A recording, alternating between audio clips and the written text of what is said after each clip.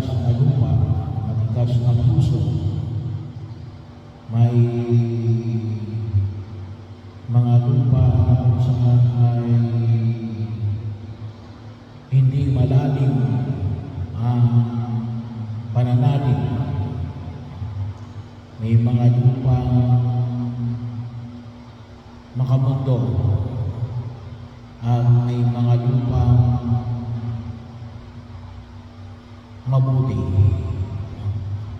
na namunga ng masagana. So maliwanag na pinamanin dito na yung buti ay ang salita ng Diyos.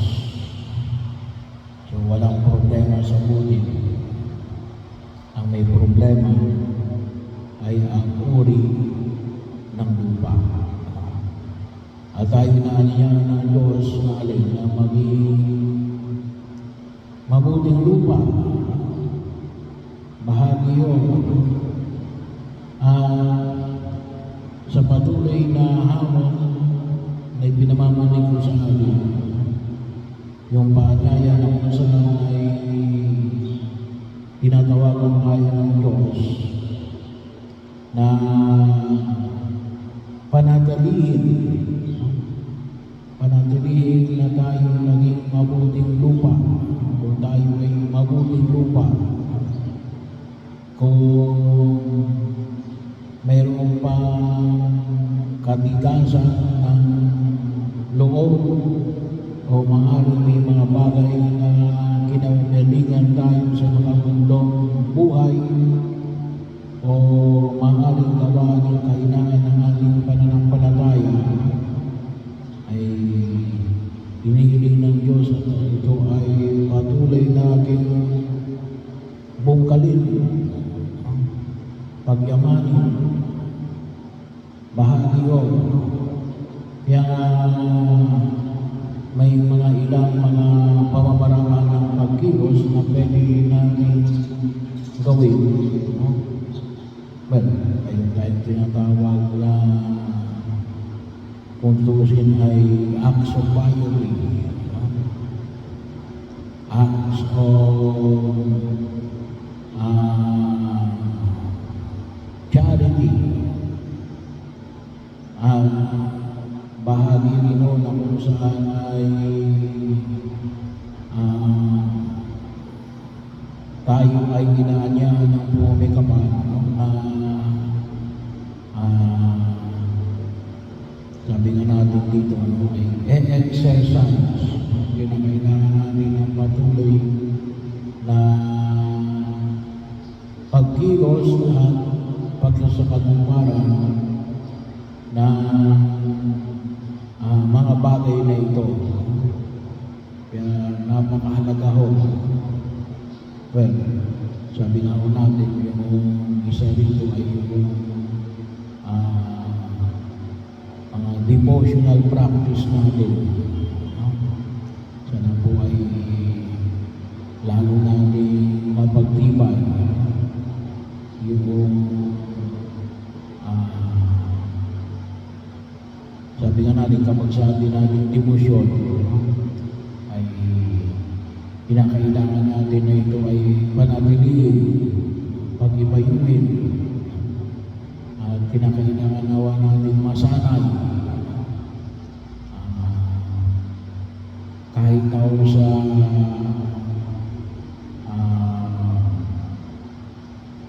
tinatawag natin murang edad. Kaya napakalaga yung mga tinatawag nating pamamaraan ng ating mga panalangin. Devotional practice. Medyo sabi nga natin, dagdag na yun. Dagdag na yun. Kasi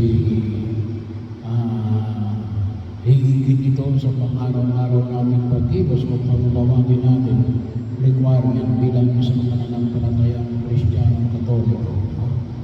Ito ay higit sa pag-isipan pa natin every Sunday.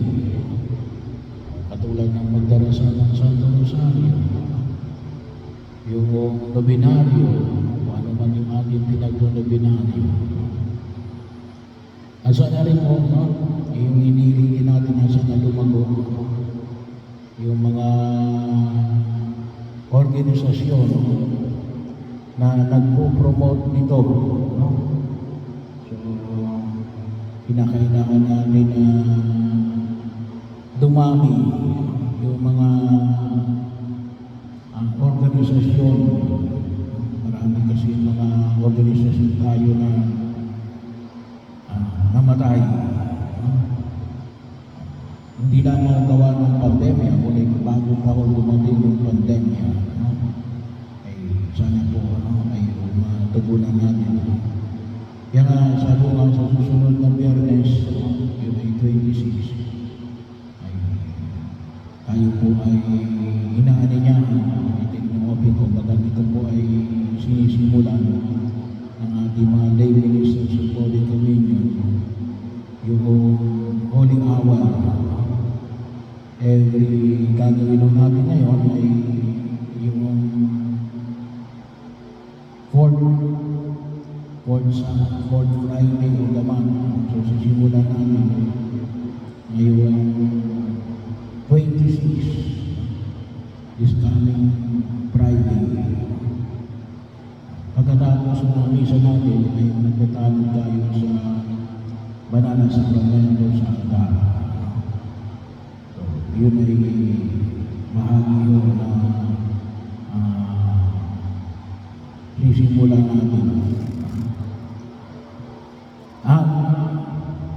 Bahagi rin yun na makita natin yung alin, yung acts of charity. So, anumang uri ng pagtulong na pwede natin sa katuparan, nawa po ay sa iba, pero ating inaayon sa magkaroon ng pagtugon, lalo-lalo na bilang isang bayan ng Diyos, bilang isang parokya na makatulong sa pangangailangan ng bawat isa.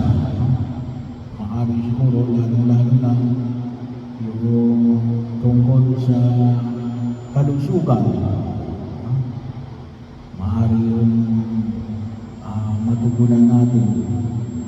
Well, more on siguro sa edukasyon ng kalusugan.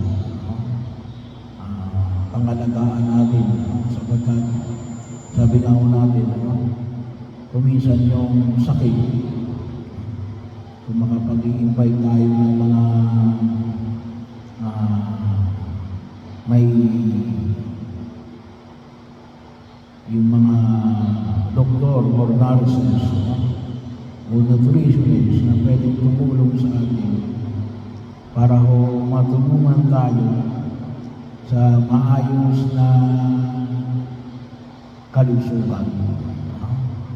Sapagkat kuminsan ay nabibigla na lamang tayo. Sabi nga kuminsan ni Alin, ay namamatay na lamang kasi biglaan. Hindi sapagkat bigla na namatay, ngunit Alin, hindi na check yung kanyang kalusugan. Kaya ngayon lang nalaman, very late na, kasi walang regular na check-up. Ay yun din pwede natin may lahat at may tulong yung ganong klase ng kaisipan. Pero isa lang yung halimbawa. Pero sana magkaroon din tayo ng pagkilos para po sa bagay ngayon. So ito po yung itinog natin sa harapan ng Panginoon, sapagkat sabi nga natin, ay sa pamagitan ng magkasakatuparan ng ating mga pinaniniwalaan tama tungkol sa ating pananampalataya, yun ang huhubog sa atin bilang isang mabuting lupa. Ay ilinangin natin sa harapan ng Panginoon may kapal. Sabi nga natin na patuloy natin